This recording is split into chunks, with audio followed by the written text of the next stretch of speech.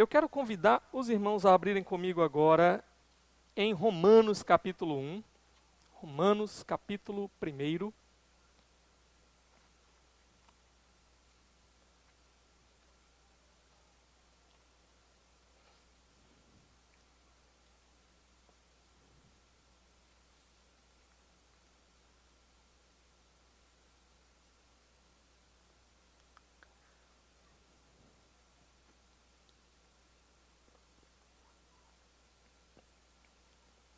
Romanos capítulo 1, nós vamos ler os versos 16 e 17. Todos acharam? Diz assim a palavra do nosso Deus: Não me envergonho do evangelho, porque é o poder de Deus para a salvação de todo aquele que crê, primeiro do judeu, depois do grego. Porque no evangelho é revelada a justiça de Deus, uma justiça que do princípio ao fim é pela fé. Como está escrito, o justo viverá pela fé. Até aqui vamos orar mais uma vez. Ó Deus, obrigado. Estamos diante da Tua palavra, essa palavra que tem operado poderosamente ao longo da história, tem transformado tantas pessoas, alcançado tantas pessoas para Ti, para a Tua glória. Nos dá a graça hoje de ouvirmos a Tua voz falando claramente conosco e que Teu Espírito possa acompanhar a mensagem e operar transformações dentro de nós, de modo que possamos agradar o Senhor. Te pedimos isso em nome de Jesus. Amém. Amém. Como eu disse no início, nós hoje estamos comemorando 504 anos da Reforma Protestante. E o meu objetivo hoje aqui com os irmãos é que a gente possa observar aqui uma espécie de resumo da doutrina, do ensino da Reforma Protestante. Tá? Nós vamos olhar algumas partes aqui do livro de Romanos, capítulo 1 aqui, esses versículos, vamos passar pelo capítulo 3 e 4 também. E nós vamos, enquanto isso, lidar com o que é conhecido como os 5 solas da Reforma Protestante. Tá? Esses 5 solas é como se fossem os pilares, assim, os fundamentos, o resumo mesmo daquilo que os reformadores pregaram. Tá? Que solas são esses? Primeiramente, essa palavra sola vem do latim, que é a palavra que significa somente. Tá? Então, são 5 somentes. Quais são esses 5? Sola gratia, somente a graça. Sola fide, somente a fé. Solus Christus, somente Cristo. Sola Escritura, somente a Escritura. E soli Deo Glória, somente a Deus seja dada a glória. Eles estão em latim, porque era a língua culta daqueles dias, né? A língua na qual se discutia teologia. Tá? Então nós vamos hoje tentar entender isso daqui. E a primeira pergunta é, como é que nós chegamos até esses 5 solas? É verdade que, do jeito que nós os temos aqui hoje, eles ainda não tinham sido articulados ali, logo no início da Reforma Protestante. Pelo menos 3 deles estavam bem presentes ali, e os outros 2 eles foram retirados realmente do que foi ensinado e pregado e escrito ali durante o período da Reforma Protestante. Tá? Nós não temos como falar sobre isso, sobre reforma e sobre os solas, sem mencionarmos a pessoa de Martinho Lutero. Porque, afinal de contas, no dia 31 de outubro de 1517, há 504 anos atrás, era ele que estava lá na porta da igreja de Wittenberg, pregando as suas 95 teses. Então, hoje nós estamos comemorando o dia da Reforma Protestante, e esse dia tem tudo a ver com ele, porque era ele que estava ali, nessa data, mudando a história. Tá? Então, deixa eu falar brevemente aqui, introduzir vocês rapidamente sobre a vida de Lutero, como é que ele chegou, onde ele chegou e a partir de onde ele entendeu essas doutrinas aqui, tá? Então Lutero, ele nasceu numa família bem humilde. Seu pai era humilde, mas ele conseguiu levantar recursos suficientes para que Lutero pudesse estudar. E Lutero então, ele estudou, fez o currículo lá de artes liberais e depois ele estudou direito. Seu pai queria que ele fosse um advogado. O pai de Lutero era um homem bem severo. O pai de Lutero, inclusive, Lutero vai lembrar, assim, em seus escritos mais tardios, das surras que ele levava do seu pai. Não eram surras, assim, né, uma palmada no menino, no bumbum do menino para corrigir, não. Eram surras assim, que extrapolavam os limites, né? Chegavam a tirar sangue de Lutero. Então o relacionamento dele com o pai não era um relacionamento muito amoroso, né? Ele tinha uma certa dificuldade, o que se agravou ainda mais quando Lutero tomou uma decisão na sua vida. Que decisão foi essa? Certo dia, Lutero tinha vindo visitar a sua família, da faculdade onde ele estudava, foi até a sua cidade natal, e no caminho ali, ele foi surpreendido por uma tempestade poderosa mesmo caiu sobre ele, raios e trovões. Um raio atingiu uma árvore próximo de onde ele estava, jogando no chão, e Lutero ficou apavorado. Ele estava com medo da morte, com medo da condenação.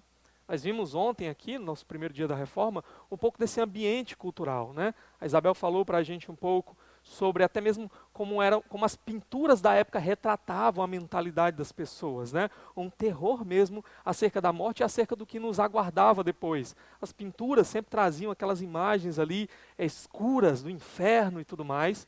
Então, Lutero vivia nesse ambiente. Nos dias de Lutero, as pragas haviam devastado a população.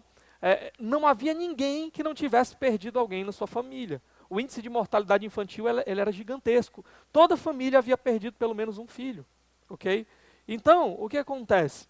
Lutero ele tinha uma consciência muito clara de algo que muitas vezes nos falta, da sua pecaminosidade. Lutero ele sabia que ele era pecador. E Lutero sabia que um dia ele estaria diante de um Deus justo. Lembra que Lutero era estudante de direito? Então, esse panorama aí das leis faziam com que Lutero tivesse um entendimento muito correto. Deus é um justo juiz. E um dia eu vou estar diante dele. E porque ele é um justo juiz, ele não aceita suborno e ele não pode simplesmente me mandar embora. Ele tem que punir o pecado. Caso contrário, ele não é justo juiz. Como é que eu vou estar diante desse Deus e como é que eu vou escapar da condenação? Essa era a luta de Lutero. E era isso que aumentava o seu terror.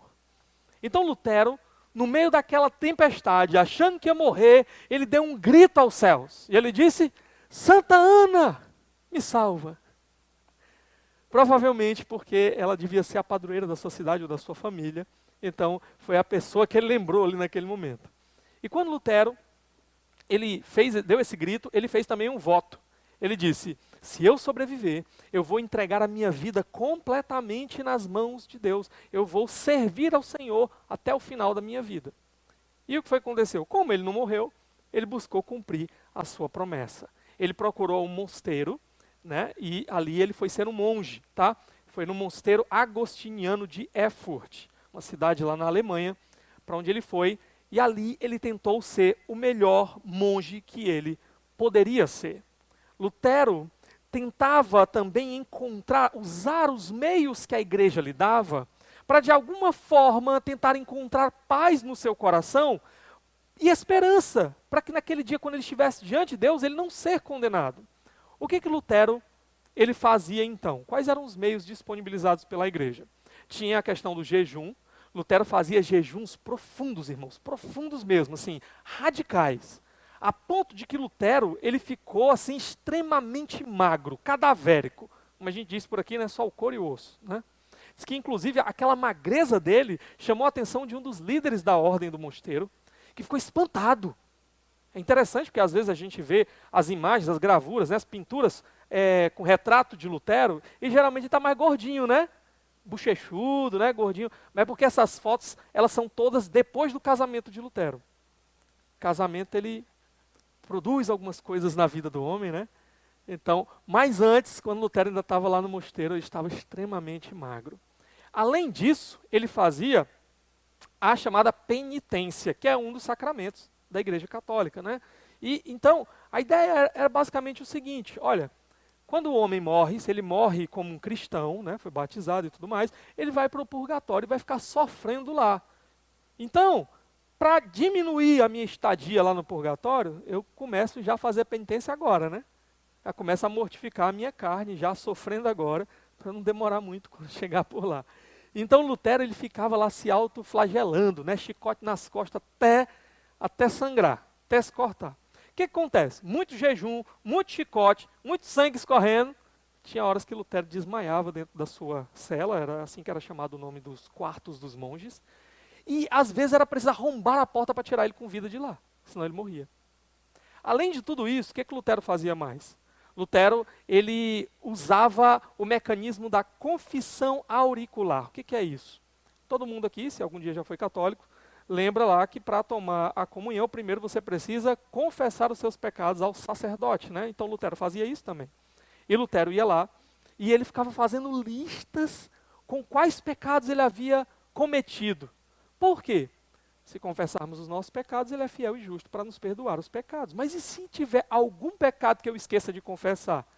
Eu não vou receber o perdão desse pecado. E naquele dia, quando eu estiver diante de Deus, eu serei condenado por causa desse pecado que eu não confessei. Então Lutero ficava a semana toda pensando, e ele ia anotando as listas, eu fiz isso, eu falei aquilo, eu cometi esse pecado, eu pensei isso, e quando ele chegava diante do seu confessor, ele ia lá contando todos os seus pecados. E aí o seu confessor dizia, eis que eu te absolvo de todos os teus pecados, dava mais uma penitência, né? Vá orar ali 50 Pai Nosso, alguma coisa assim. E quando Lutero saía de lá, no caminho de volta para o seu quarto, muitas vezes ele lembrava, esqueci de contar aquele pecado. Aí voltava. Esqueci desse. Aí confessava o pecado. No caminho de volta, lembrei mais um. Aí às vezes o seu confessor dizia assim para Lutero, eis que eu te absolvo de todos os teus pecados, inclusive dos que você ainda vai se lembrar. Que era para ele não ter que ficar indo e voltando, né? Era a situação de Lutero, tá? Lutero, ele chegou também nessa angústia, que ele não conseguia, ele fazia tudo isso, ele era o mais rígido possível, mas não conseguia encontrar paz. E aí um dia o seu confessor teve uma ideia e disse para ele assim, Lutero, você precisa conhecer os escritos dos místicos medievais. Pronto, os místicos. Porque eles têm um segredo para você encontrar essa paz. Basta você amar a Deus e você vai ser aceito por Deus, recebido por Deus. Ó, que ideia legal, Lutero pensou, né? Aí gostei, né? Só que aí o que foi que aconteceu? Um dia Lutero entendeu que o amor que deveria ser dado a Deus era um amor com toda a força, com todo o seu entendimento, com todo o seu coração, com toda a sua alma. E Lutero chegou numa conclusão. Eu acho que talvez eu não esteja dando esse tipo de amor para Deus 24 horas por dia, a cada minuto do meu dia, amando o Senhor com toda a minha força, com todo o meu entendimento, com toda a minha alma. Estou perdido de novo. Então Lutero não encontrava paz. Lutero, ele era um homem extremamente religioso. Ele chegou aí para Roma, né, por conta da sua ordem, e chegou aí lá pagar uma promessa. Ele subiu as escadarias de Roma de joelho.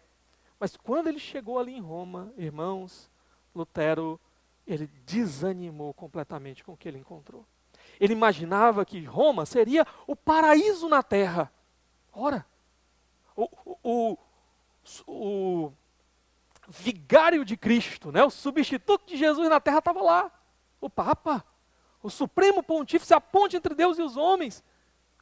Na sua tradição, sua mentalidade. Então ele imaginou, bom, vai chegar lá, rapaz, vai ser mesmo que eu estou entrando nos paraísos. Alguma coisa vai acontecer, né? E sabe o que foi que aconteceu? Quando ele chegou lá, ele encontrou a corrupção da igreja de uma maneira que ele não esperava. Os monges estavam num estado tão terrível que eles tinham relacionamentos com prostitutas. Lutero via aquelas pessoas ali pagando promessas e muitas delas passando extremas necessidades. E quando ele sentou lá com os monges, ele via aqueles homens bebendo, se embebedando, comendo largamente, fartamente, em pratos, em taças de ouro, de prata. Ele viu todo aquele luxo, toda aquela pompa, as vestes. E ele ficou extremamente chocado com tudo aquilo. Ele voltou desanimado com tudo aquilo. E ele continuou ali no seu estado de crise. Até que um dia, o seu confessor teve uma outra ideia. Lutero chegou para ele, rapaz, eu não consigo, eu vou ser condenado no último dia, o que eu faço? E o confessor olhou para ele e disse assim, eu tenho uma ideia, você está precisando é pastorear. Imagina aí um seminarista chegar, né, pastor, eu não sei se eu sou salvo mesmo, acho que eu vou ser condenado. E ele disse, não, você está precisando é pastorear. Pronto, foi o conselho dado para Lutero. E Lutero foi então pastorear, ajudar. Ele, na verdade, ele foi concluir os seus estudos, ele já havia sido ordenado, já havia celebrado sua primeira missa. Inclusive, lembra que eu falei que o pai dele ficou ainda mais irado com ele, com a decisão que ele tomou? Qual foi a decisão? Foi essa, de se tornar um monge. O pai dele ficou, rompeu laços ali com Lutero. Mas no dia que Lutero celebrou a primeira missa, o pai dele estava lá, participando ali, né, da hóstia. E aí o que foi que aconteceu? Lutero, então, já formado ali, ele foi concluir seus estudos, seu doutorado em teologia, ele foi para Wittenberg, e lá em Wittenberg ele ia ser um professor da Universidade de Wittenberg, ele ia ensinar agora a Bíblia aos estudantes ali, e ia servir também numa das igrejas lá de Wittenberg. Tinha duas igrejas, a igreja do Castelo e outra igreja, Lutero auxiliava lá, tá?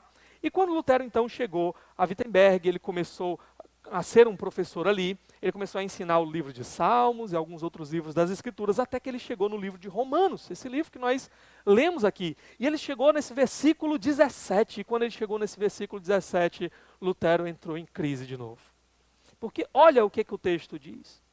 Porque no Evangelho é revelada a justiça de Deus. Uma justiça que do princípio ao fim é pela fé, como está escrito, o justo viverá pela fé. Qual foi a crise de Lutero aqui? O que significa evangelho?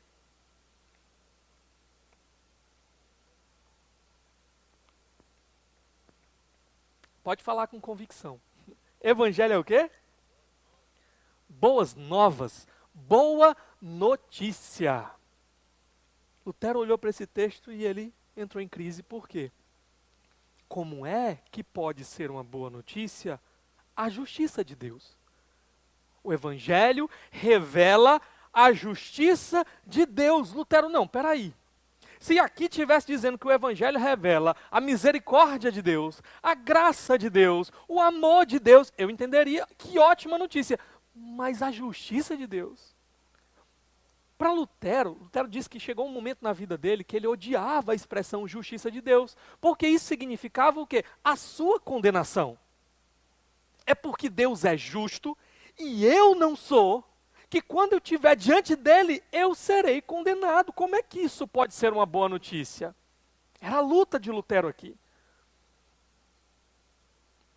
Lutero, ele entendia a expressão justiça de Deus aqui como talvez o atributo de Deus, de que Deus é justo. E com esse atributo ele julgará os pecadores. Ou então, como a justiça que Deus exigia de nós. Nós deveríamos chegar diante de Deus com um nível de justiça para sermos aprovados. E nós não temos esse nível. Nós não atingimos o padrão da justiça da lei de Deus.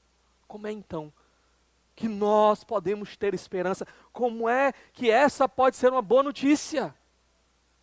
Era a luta de Lutero. Além de todos esses conflitos, o que estava acontecendo nos dias de Lutero, na cultura de Lutero? Em Roma, o Papa estava concluindo a construção da Basílica de São Pedro, que já vinha se arrastando por muitos anos, e estava precisando de dinheiro, muito dinheiro, lá é revestido até com ouro, né, algumas partes, e ele liberou algumas pessoas para vender as chamadas indulgências. O que era a indulgência? A indulgência era o perdão do pecado. Era um documento da igreja que conferia àquele que pagava o perdão do pecado. Então, tinha um homem lá próximo de onde Lutero vivia, lá na Alemanha, um homem chamado John Tetzel, que era um vendedor de indulgências. E esse homem, ele era um homem assim, cheio de lábia, né, para vender, era um vendedor nato de indulgência. Ele chegava numa cidade assim, por exemplo, ele começava a pregar. E ele dizia assim, olha, essa noite eu ouvi um gemido que vinha do cemitério da cidade, eu não consegui dormir, eu fiquei inquieto. Por quê? Eu não sei se era um gemido de um homem, de uma mulher, de uma criança, de um idoso, não sei. Podia ser a sua mãe, podia ser o seu pai, podia ser o seu irmão, o seu amigo, seu filho, aquela pessoa querida que partiu e estava gemendo, aquela alma estava gemendo no purgatório. E sabe de uma coisa? Você pode tirar ela de lá. Aí ele cantava uma musiquinha. Quando a moedinha cai no fundo da caixinha, uma alma pula do purgatório para o céu. Olha a musiquinha que ele cantava. Aí, ele dizia assim, você comeu hoje? Tomou o café da manhã? Almoçou? Pois veja bem, você no seu egoísmo só se preocupa com você, com a sua barriga. Você poderia ter vendido isso daí, com dinheiro comprar o perdão, para tirar aquela alma lá do purgatório. Mas você prefere alimentar o seu ventre. Meu amigo, minha amiga, compre, né? Uma indulgência. Então Lutero fazia todo esse, ou Lutero não, Tetzel, né? Fazia toda essa indulgência. Então, esse era o contexto aqui da época, tá? Eu tive um professor, o pastor Marcos Granconato, né?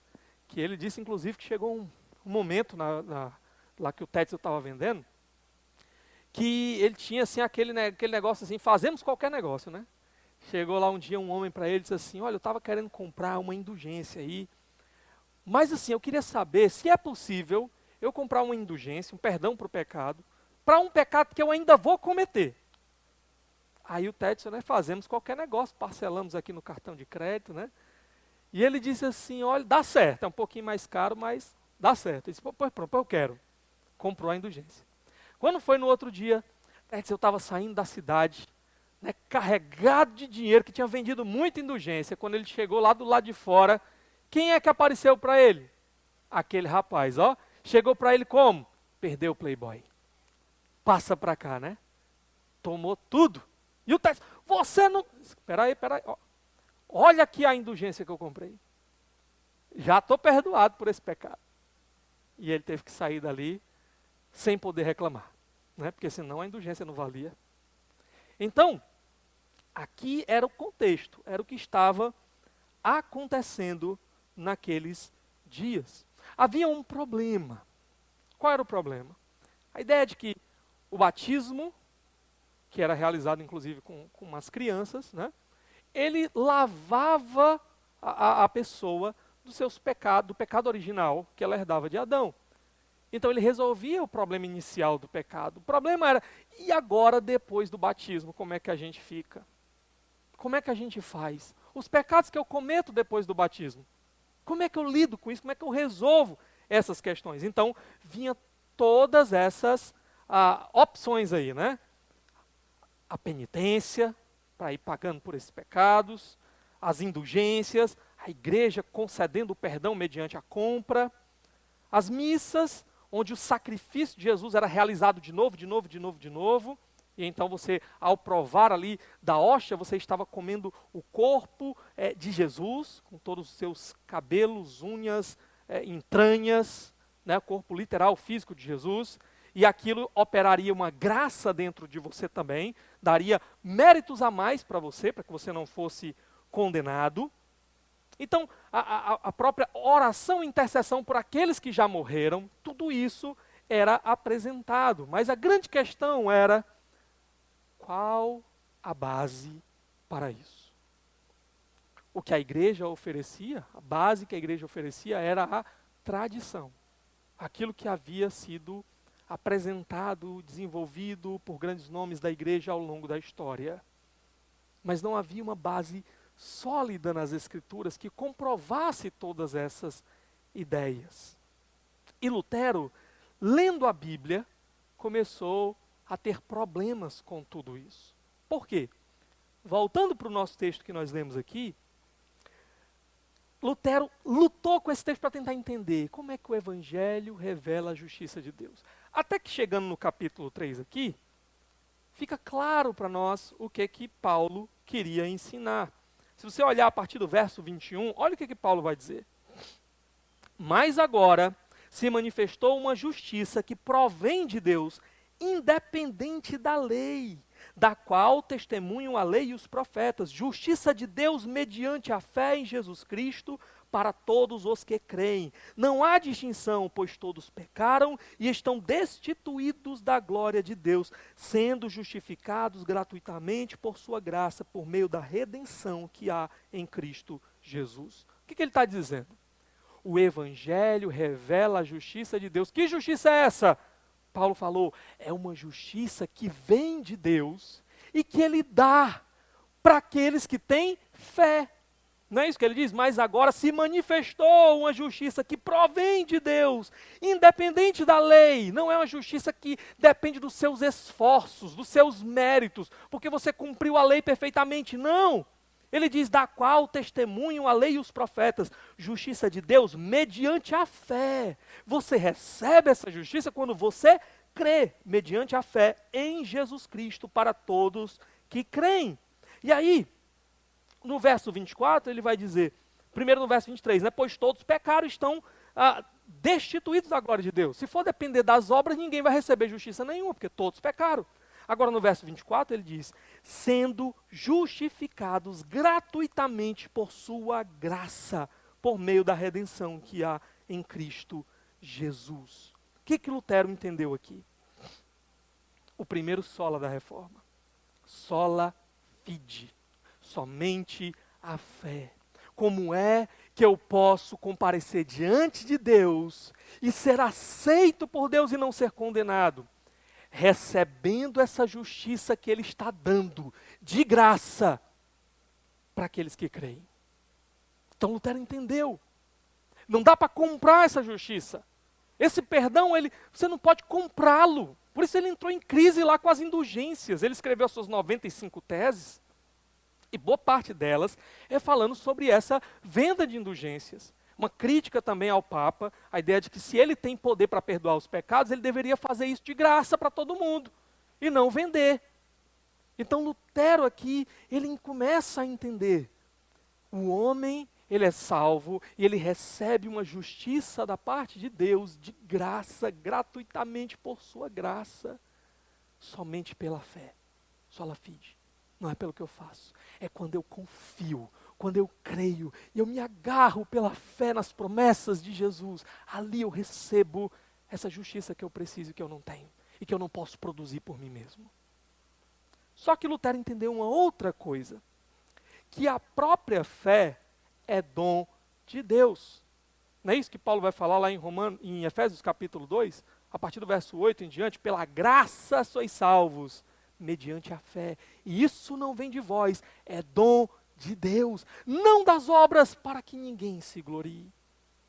Então, Paulo, ele fala que tanto essa fé quanto essa graça é dom de Deus. É dom de Deus. E aí Lutero vai chegar na segunda sola da reforma. Sola gratia. Somente a graça.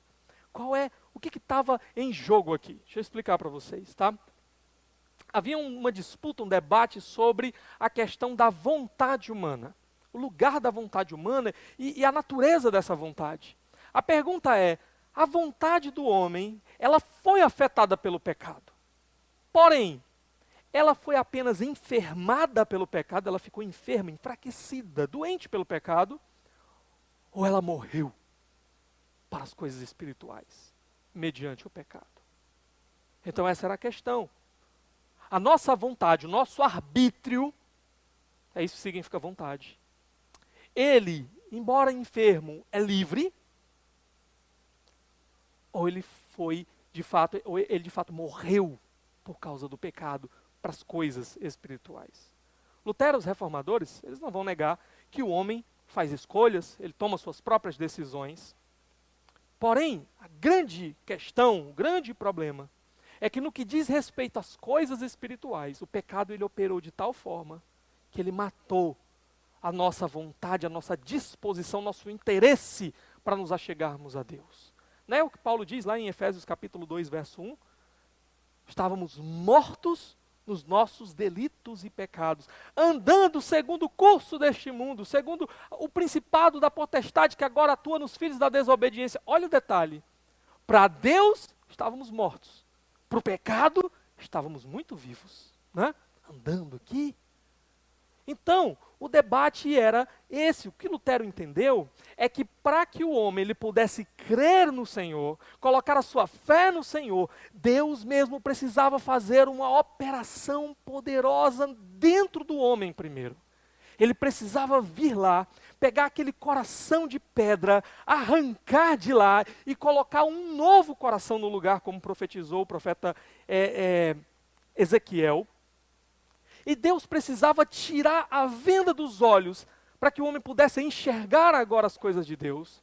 Ele precisava trazer aquele homem espiritualmente morto à vida espiritual. E quando Deus operava tudo isso, o homem então recebia a capacidade de crer, de confiar. A sua vontade era liberta dos grilhões do pecado, para que ele pudesse crer. Ela era ressuscitada para que ele pudesse crer. É por isso que Lutero entrou num debate e ele escreveu um livro, inclusive, chamado Do Servo-Arbítrio, do Cativeiro da Vontade. Exatamente por causa disso. Então, é preciso fé para ser salvo. Mas para que eu creia, é preciso primeiro uma operação poderosa da graça na minha vida. E isso ia na contramão de muitas coisas que eram ensinadas nos seus dias. Por exemplo, ainda no final do século IV, início do século V, nós temos uma disputa entre Agostinho e um outro monge chamado Pelágio. Então, aqueles que defenderam a ideia de Pelágio ficaram conhecidos como os pelagianos. O que os pelagianos ensinavam? O homem precisa de graça, não. O homem pode, por si mesmo, pela sua própria vontade, ele tem capacidade para fazer a vontade de Deus, obedecer a Deus, e será salvo pela sua obediência, pelos seus próprios méritos. Agostinho condenou isso daí. E a igreja também condenou isso daí. Só que depois vem um grupo chamado de os semipelagianos, que eles vão dizer assim, olha, realmente, o homem precisa da graça de Deus. Só que essa graça, ela vem para cooperar com o homem. Ele primeiro tem que dar um passo na direção de Deus. Primeiro ele tem que se aproximar de Deus. E aí, quando ele se aproxima de Deus, Deus dá graça para ele continuar caminhando com o Senhor. Algo que também foi rejeitado por Agostinho. Como é que um homem morto vai dar um passo na direção de Deus? O que um morto pode fazer, né? A pergunta que uma vez um professor do Dr. R.C. Sproul, ele fez essa pergunta, né? O que um morto pode fazer? Aí lá na sala de aula respondeu, professor, acho que um morto pode feder, né? É a única coisa que ele pode fazer. Pronto, é isso mesmo. Então, haviam ainda outros teólogos medievais ali, que defendiam o seguinte, que no batismo, lembra que eu falei do batismo? No batismo, era dada ali uma graça infundida dentro do homem. Então, essa graça inicial, ela ia capacitando o homem agora a fazer as coisas para a vontade de Deus, né? Então, o bebezinho lá, quando era batizado, recebia já essa graça e, a partir dali, ele era capacitado a se voltar para Deus. Porém, lembra do problema lá? Essa graça do batismo resolve o meu problema inicial. Ela lava o meu pecado, tira o pecado original. Mas e agora? Os pecados que eu cometo depois disso? Como é que resolve essa questão? Então, alguns teólogos iam apresentar tudo aquilo que eu já falei para vocês. Não, a partir daí, aí você é com você. Tem a ajuda da graça, mas com você também. A penitência, né? É comprar lá o perdão dos pecados. Inclusive, Tomás de Aquino, que seria um grande teólogo dos seus dias ali, que estabeleceu basicamente os dogmas centrais da fé romana, ele vai dizer o seguinte, que existia um tipo de fé implícita. O que seria essa fé implícita? O homem, mesmo que ele não entenda nada sobre o evangelho, sobre as coisas de Deus, se ele se submeter à igreja, se ele simplesmente agora tiver uma obediência à igreja, eu não sei de nada, não sei nem no que eu creio, no que eu não creio, eu vou obedecer o que a igreja diz aqui. Pronto. Isso seria suficiente para que ele recebesse essa graça da salvação. Porque a igreja seria a despenseira das graças de Deus e por essa união com a igreja ele receberia a graça da salvação. Olha as ideias que eram apresentadas aqui. O que foi que Lutero fez? Lutero disse de jeito nenhum. É graça do começo ao fim. O homem é justificado mediante a fé gratuitamente por sua graça, nós lemos aqui. É uma redundância. Se é gratuitamente, é de graça. Se é pela graça, é gratuitamente. O que Lutero estava querendo dizer aqui? Ou Paulo, né, estava querendo dizer aqui? O que Paulo estava usando essa redundância mesmo aqui para enfatizar essa verdade de que é pela graça somente. Pela graça somente. Então Lutero, ele entendeu isso. A graça tem que operar essa transformação para que a fé se manifeste.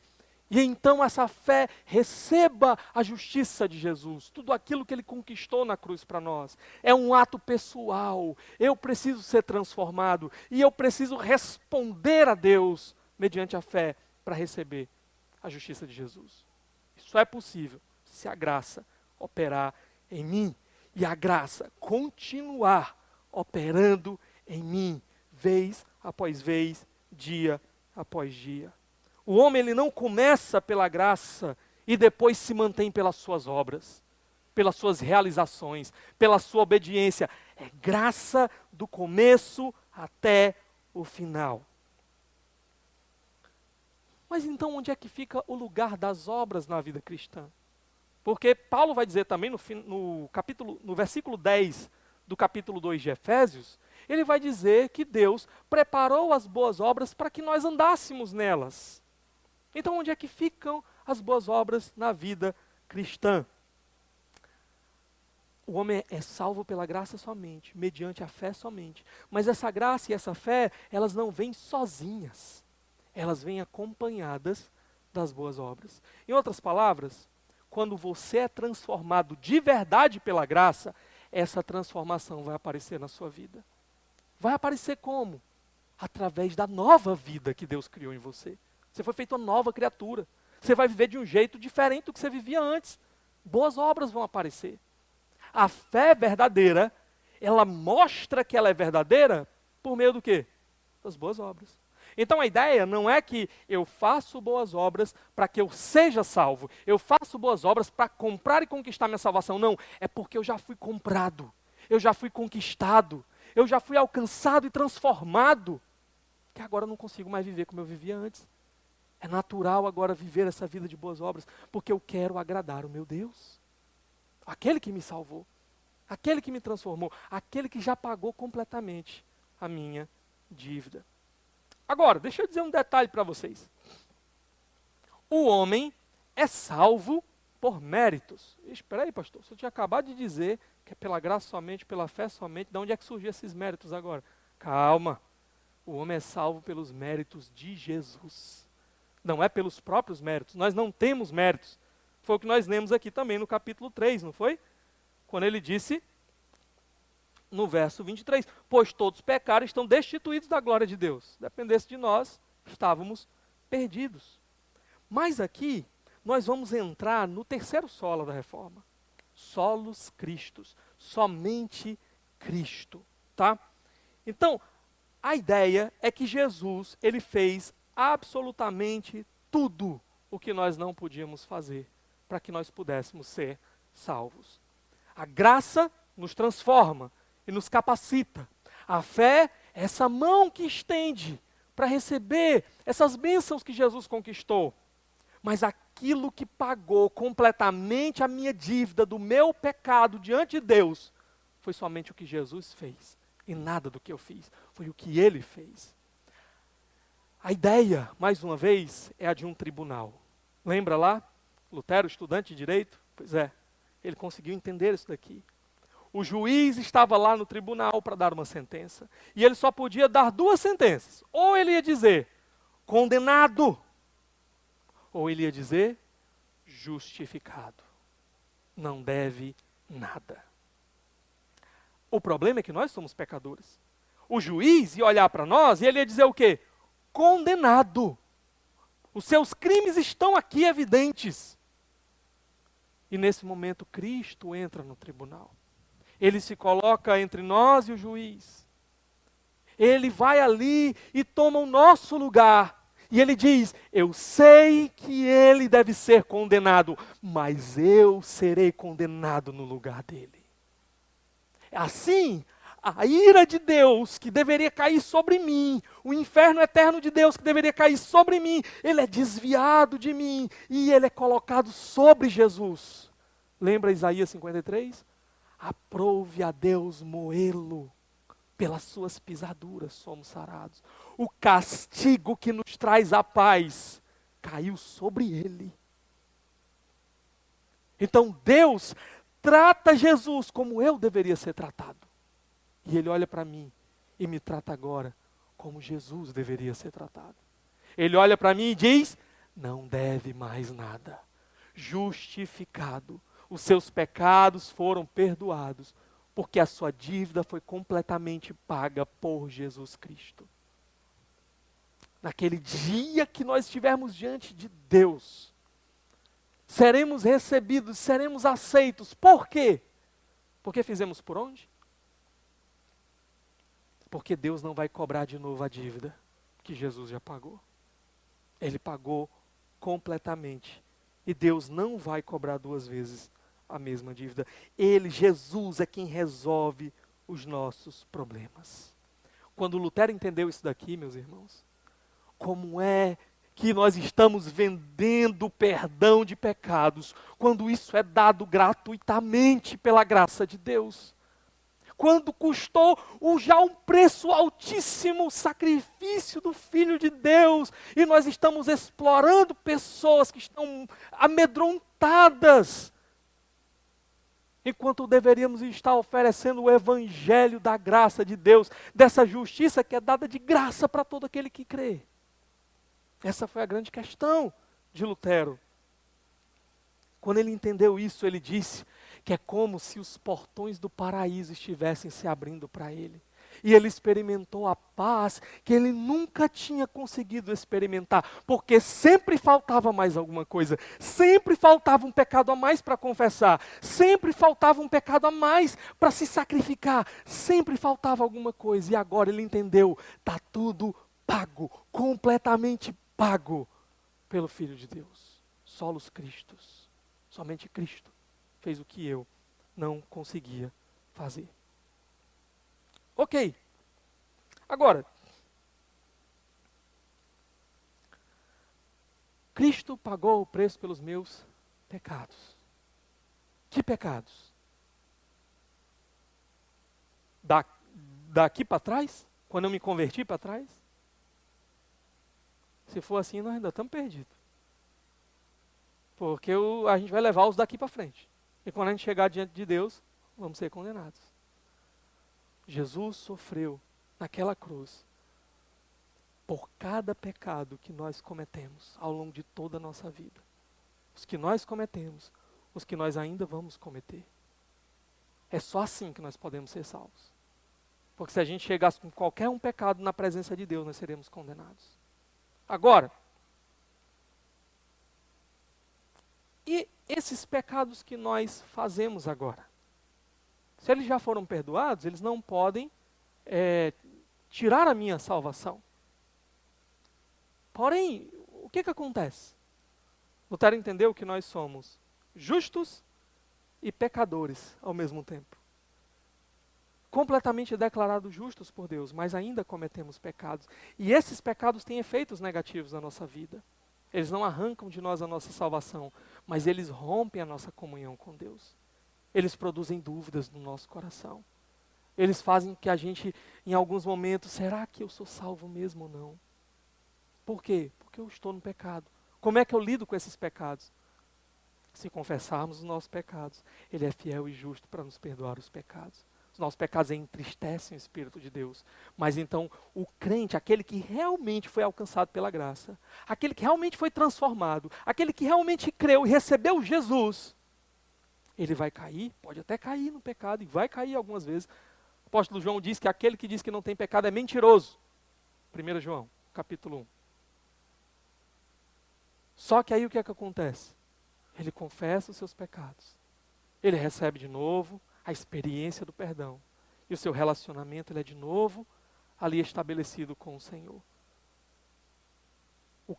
O crente verdadeiro, se Jesus já pagou por todos os meus pecados, então eu posso pecar à vontade, já está tudo pago. Essa não é a atitude de alguém que experimentou a graça e de alguém que foi realmente salvo por Jesus. O salvo, ele se entristece pelo pecado. Lutero, numa das suas teses, ele vai dizer isso. aquele arrependimento com o qual a gente começou a vida cristã, se arrependendo, se entristecendo, rejeitando o pecado, deve ser experimentado ao longo da vida inteira. A ideia é que o crente de verdade, quando ele cai, ele não fica caído, porque Jesus comprou ele. Ele não vai ficar caído. Pela graça, de novo, ele vai ser levantado. A graça que começou, ela vai completar até o dia de Cristo. Ela vai levantar ele de novo, ela vai botar ele de pé de novo. E ele vai continuar andando com Jesus de novo. O ímpio é que vai dizer assim: já estou salvo, então vou viver de qualquer jeito. Um crente jamais quer voltar para onde Jesus o tirou. Com a boca, o ímpio às vezes fala, né?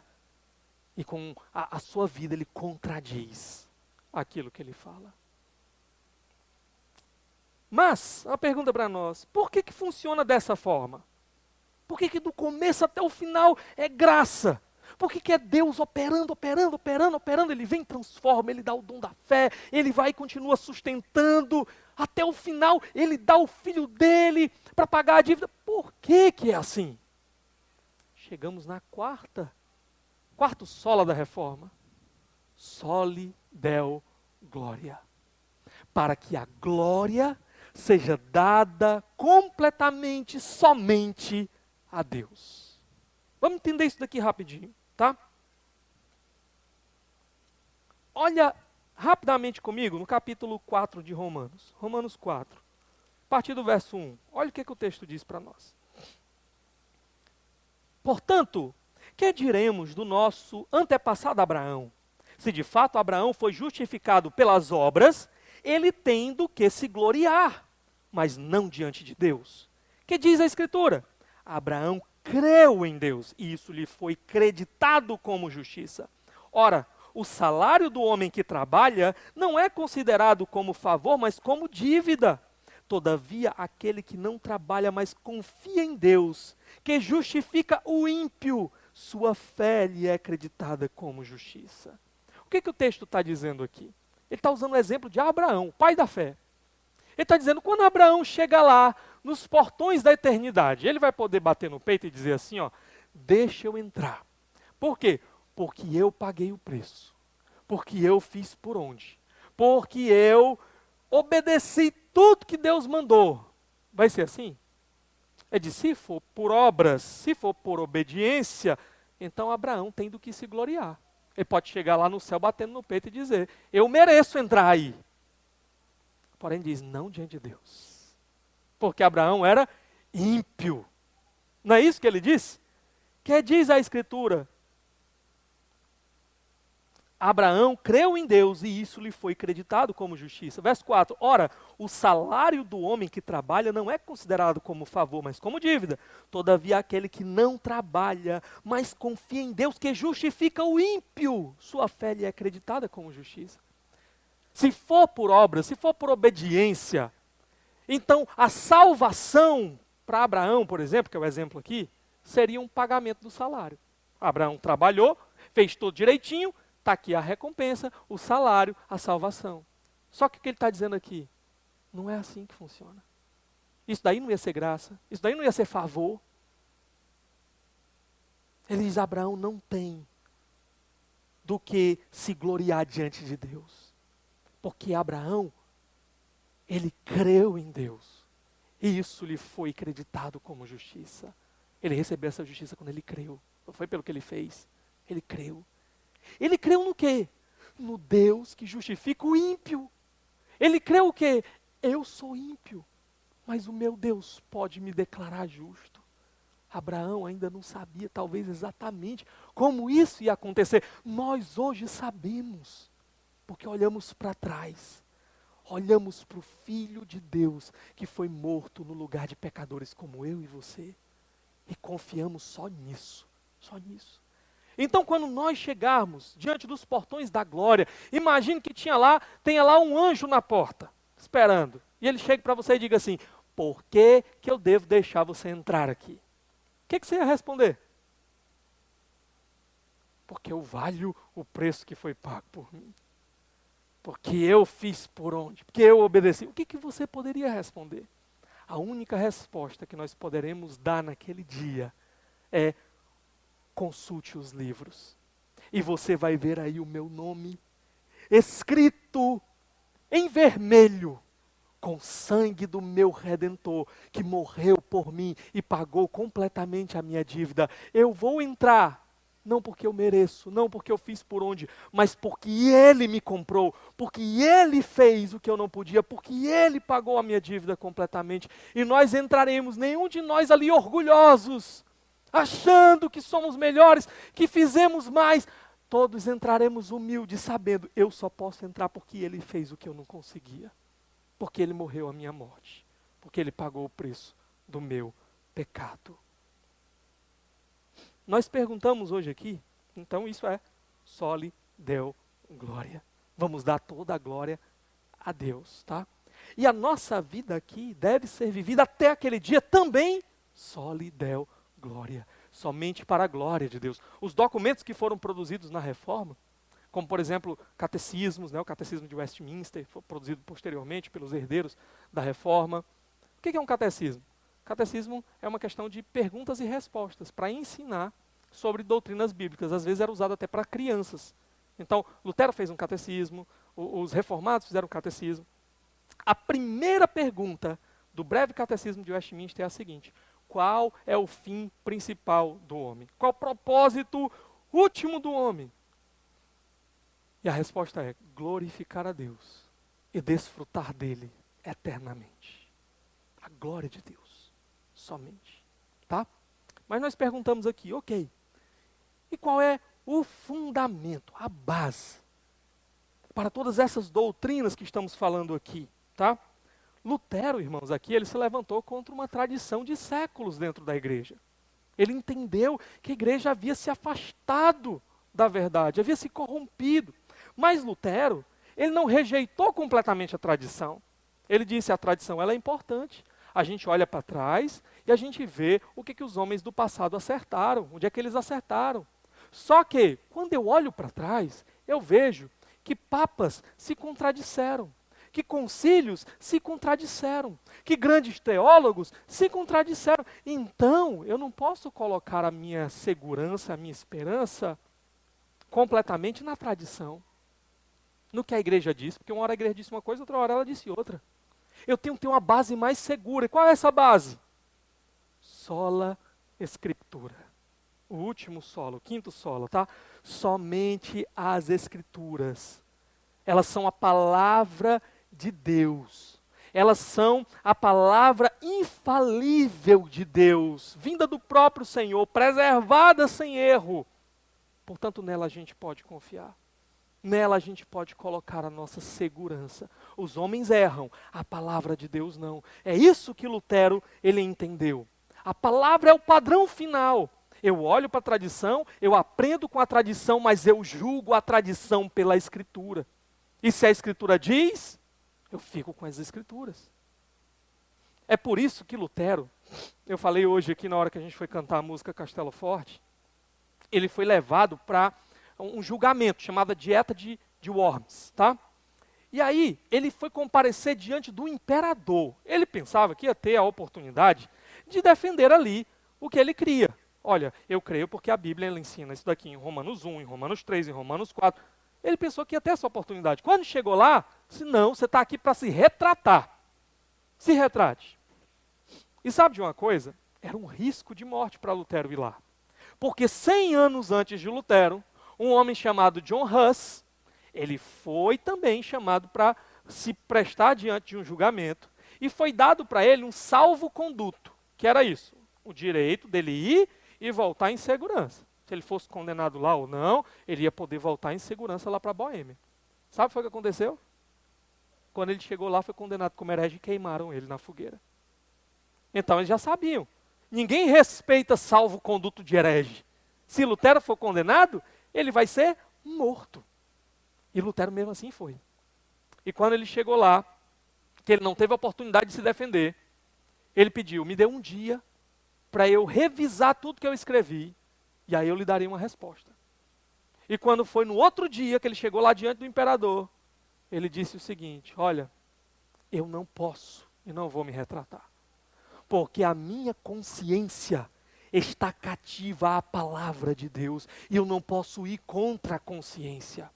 Se me for provado pelas Escrituras que eu errei, eu retrato de tudo.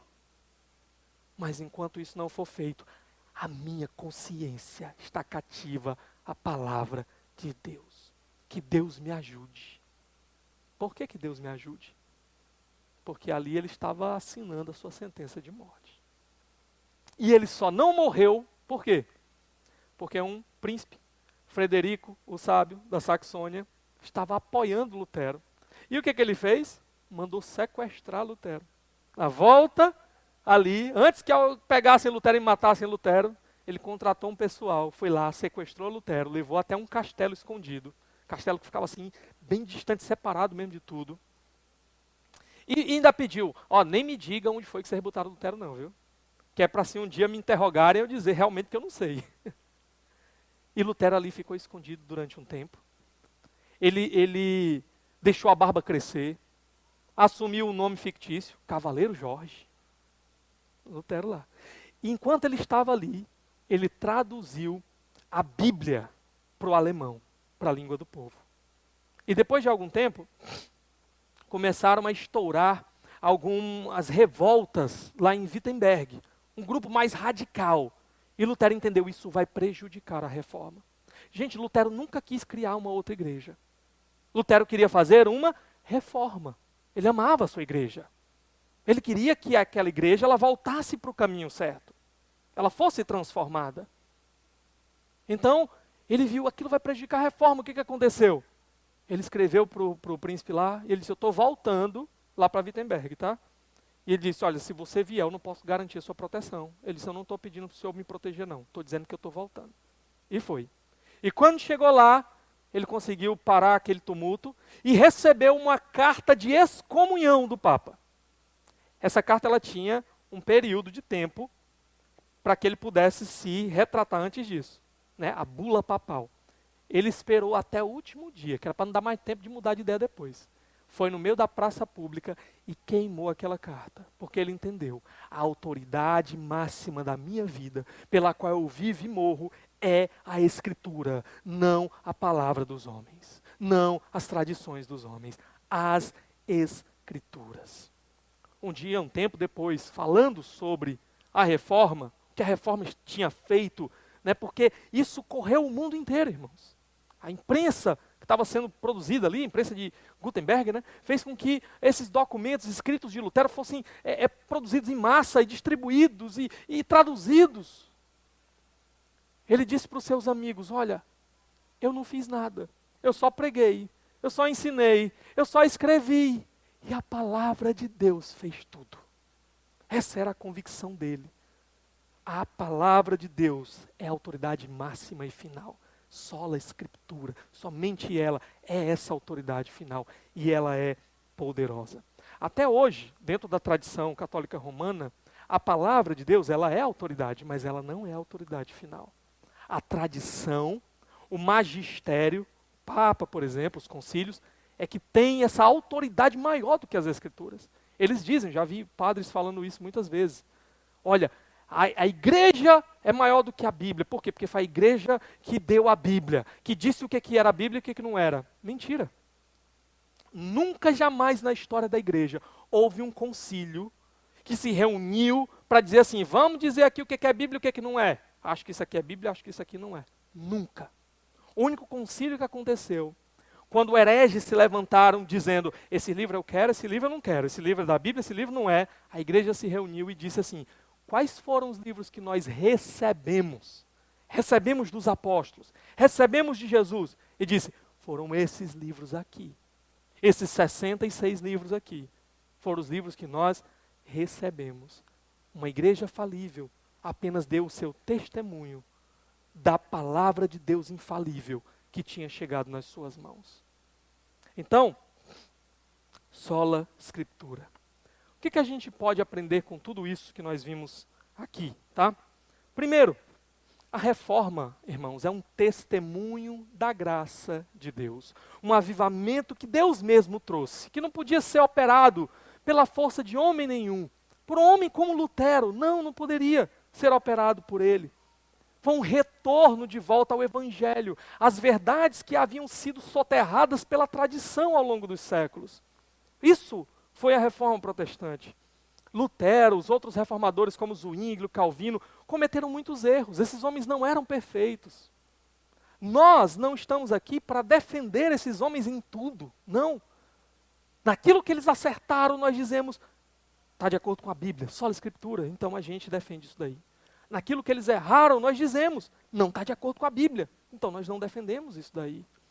Mas por que apesar dos erros, das falhas desses homens, a causa da reforma prosperou e correu o mundo inteiro a ponto de chegar aqui, nós hoje? Por causa da graça de Deus. É porque o que estava em jogo era a glória de Deus. O que estava em jogo era o evangelho de Deus. Então a sua graça fez com que, através de homens imperfeitos, a sua verdade perfeita pudesse chegar até nós hoje. É por isso que comemoramos hoje. Mas uma outra coisa que nós aprendemos. Wittenberg era uma cidade minúscula. Minúscula, irmãos. Se a gente pudesse ver como Wittenberg era, se você puder pesquisar depois alguma foto, se você puder pesquisar depois, até no Google Earth, né? Ou no Google Maps lá, né? Vai lá em Wittenberg, olha lá. Hoje, é claro, já aumentou, né, a cidade. Mas ali o perímetro do que era naqueles dias era uma cidade minúscula. Era Itaitinga, né? O centro só, viu? Era um negócio pequeno. Mas sabe o que nós aprendemos aqui? É que Deus, Ele usa pessoas insignificantes, em lugares escondidos e esquecidos, em lugares minúsculos, para fazer grandes coisas. É porque Deus é quem faz. Nós somos só instrumentos. Deus pode usar, irmão, você, sua vida, essa igreja pequena aqui, para fazer grandes coisas nessa cidade, grandes coisas nesse estado, grandes coisas nesse país e até além, se Ele assim quiser. Ele já fez isso no passado muitas vezes e pode continuar fazendo. O que nos resta é permanecermos fiéis ao que Ele nos ensina, a ponto de podermos ser esses instrumentos úteis na sua mão. E o resto é com Ele. Quem sabe o que Deus pode fazer através de nós. Outra coisa que nós aprendemos, essas verdades, elas precisam ser proclamadas sempre. É por isso que todo ano, quando chega próximo do dia 31 de outubro, a gente lembra de novo, a gente comemora de novo o aniversário da Reforma Protestante. Por quê? Como é que estão os evangélicos hoje? Será que eles se mantêm firmes nesses pilares da nossa fé? Sola Gratia, Sola Fide, Solus Christus, Sola Escritura, Sola Deo Glória. Será que eles se mantêm firmes? Ou será que nós não vemos muitos dizendo assim, não, fui eu que decidi, eu que fiz por onde, eu fui lá, né, tive uma ideia, fui mais esperto, fui mais espiritual, fui mais inteligente. Deus, Ele só me ajuda aí no caminho, mas sou eu que vou lá. Onde é que está o Sola Gratia? Será que muitos hoje não estão atormentados com a ideia de perca de salvação? Eu cometi esse pecado, pronto, estou perdido, acabou. Espera aí, mas cadê o Sola Fide? Não, eu creio, aí eu recebo a salvação, aí agora é comigo, é pelos meus esforços, pelas minhas obras. Onde é que está o Sola Fide? Onde é que está o Solus Christus? É os méritos de Jesus, não são os meus. Se dependesse dos meus méritos, eu seria condenado. É o que Ele fez, não o que eu fiz. E é o que Ele continua fazendo, e é o que Ele vai fazer até o final. A boa obra que Ele começou, Ele vai fazer e completá-la até o final. A minha esperança está nisso, e não nas minhas forças, na minha bondade, na minha espiritualidade, na minha moralidade. Está na graça dEle, na obra perfeita do Filho dEle, que me sustentará até o final. Como Ele prometeu, as minhas ovelhas estão nas minhas mãos. Das minhas mãos, ninguém conseguirá arrebatá-las. Elas estão nas mãos do meu Pai. Das mãos todo-poderosas de Deus, ninguém pode arrebatar. A minha segurança está aí, e não em mim mesmo, e não no que eu faço. Mas muitos que se dizem crentes hoje têm se esquecido dessas verdades. Têm dado glória a eles mesmos. Têm se vangloriado, buscado cargos, buscado posições, de chamar atenção para si, de se mostrarem como são superiores. Como isso nega a reforma protestante? Onde está o sola escritura? Somente as escrituras. Quantas invencionices humanas, da tradição humana, têm invadido as igrejas e distorcido as igrejas. Quantas invencionices, irmãos, têm virado doutrina dentro das igrejas. E as pessoas estão seguindo, cegas por isso daí. Onde é que está na Bíblia? É a pergunta do crente. Qual é a base bíblica para isso? E muitos hoje estão ignorando. Estão deixando a Bíblia completamente de lado. Por isso nós precisamos pregar de novo essas verdades. E por fim, o que nós temos aqui, na vida de Lutero, na vida dos reformadores, que eu não pude falar hoje aqui sobre outros reformadores, mas houveram outros, é um exemplo de coragem e de sacrifício. Nós vimos, Lutero quase foi morto, foi excomungado. Irmão, uma pessoa excomungada naqueles dias, ninguém podia dar abrigo para ela, comida para ela, emprego para ela. E se alguém matasse ela, estava com sangue limpo das suas mãos. E Lutero arriscou tudo, tudo. Homens como Zwinglio, morreu lá num campo de batalha. Homens como os anabatistas. Sabe o que acontecia com os anabatistas? A palavra anabatista significa rebatizadores. Eles se levantaram contra o batismo infantil, entendiam que não era bíblico, e aí o que acontece? O pessoal chegava para eles, prendiam eles, eles não resistiam, eles eram pacifistas radicais, e aí diziam para eles assim, vocês estão dizendo aí que tem que batizar de novo? Pois nós vamos batizar vocês agora. Amarravam eles, botavam uma corda em torno do seu pescoço, com uma pedra bem pesada, e jogavam dentro do rio para eles morrerem afogados. Homens, como Calvino, também correu risco de morte, foi expulso de Genebra, quando já estava fazendo lá a reforma. Depois foi convidado de volta. Esses homens nos ensinam, irmãos, a perseverarmos, nos mantermos fiéis ao Senhor, entendendo que é tudo para a glória dEle, que a glória dEle vale cada esforço e cada sacrifício. Esses homens nos inspiram a permanecermos firmes na palavra de Deus, firmes naquilo que a palavra nos ensina, custe o que custar, porque é isso que Deus espera de nós, é isso que Ele nos ensina. Que nós possamos aprender com o passado, olhar para os erros e jogarmos fora, não seguirmos, mas olhar para os acertos e perseverarmos nas mesmas pisadas, andando com Jesus para a glória do Senhor. Vamos orar nesse momento?